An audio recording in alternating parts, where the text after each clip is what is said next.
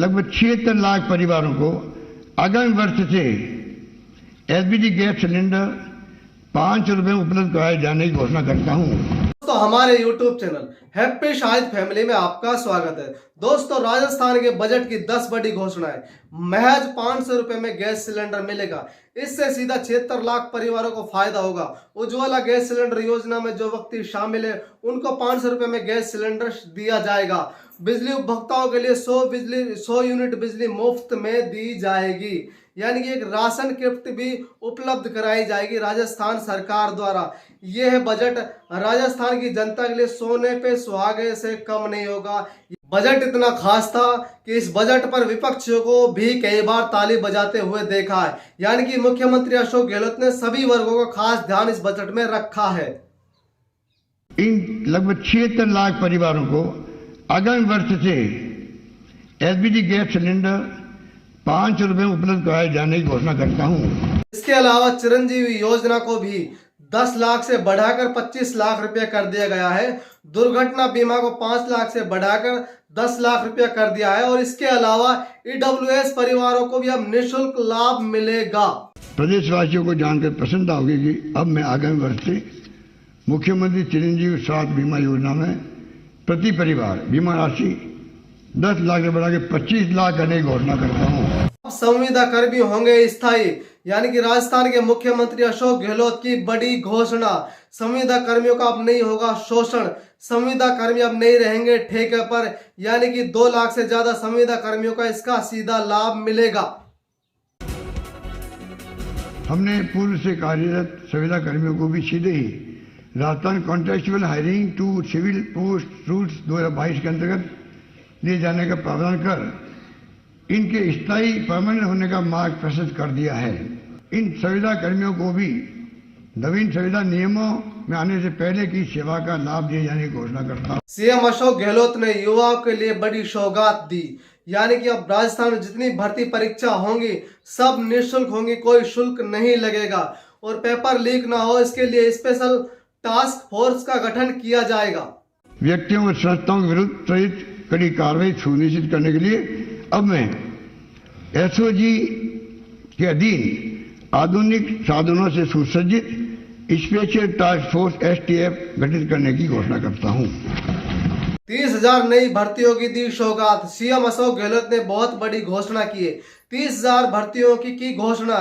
ये सफाई कर्मियों की भर्ती होगी जो अगले 2 साल के अंदर भर्ती होनी है। सीएम अशोक गहलोत ने कोरोना काल में अनाथ हुए बच्चों के लिए बड़ी घोषणा, यानी कि सरकारी नौकरी देने की घोषणा की है। ये सबसे बड़ी घोषणा की है सीएम अशोक गहलोत ने और इस घोषणा का सभी ने, पक्ष विपक्ष ने, सबने जोरदार ताली बजाकर स्वागत किया। मुख्यमंत्री कोरोना सहायता योजना की सर्वत्र प्रशंसा हुई देश के अंदर। इसके अंतर्गत अनाथ बच्चों को 1 लाख रुपए की मुफ्त में कोरोना के कारण अनाथ हुए बालक बालिकाओं को वयस्क होने पर सरकारी नौकरी देने की घोषणा करता हूँ। सीएम अशोक गहलोत की बड़ी घोषणा। 12वीं तक अब शिक्षा मुफ्त दी जाएगी, यानी कि आरटीई के दायरे को बढ़ाकर अब 12वीं तक शिक्षा मुफ्त कर दी गई है। लड़कियों के साथ लड़कों को भी अब 12वीं तक शिक्षा मुफ्त में दी जाएगी। ये आरटीई का दायरा पहले 8वीं तक था, अब इसे बढ़ाकर 12वीं तक कर दिया गया है। प्राइवेट स्कूल यानी कि निजी स्कूल में अब आरटीई का दायरा बढ़ाकर 12वीं तक शिक्षा मुफ्त कर दी गई है।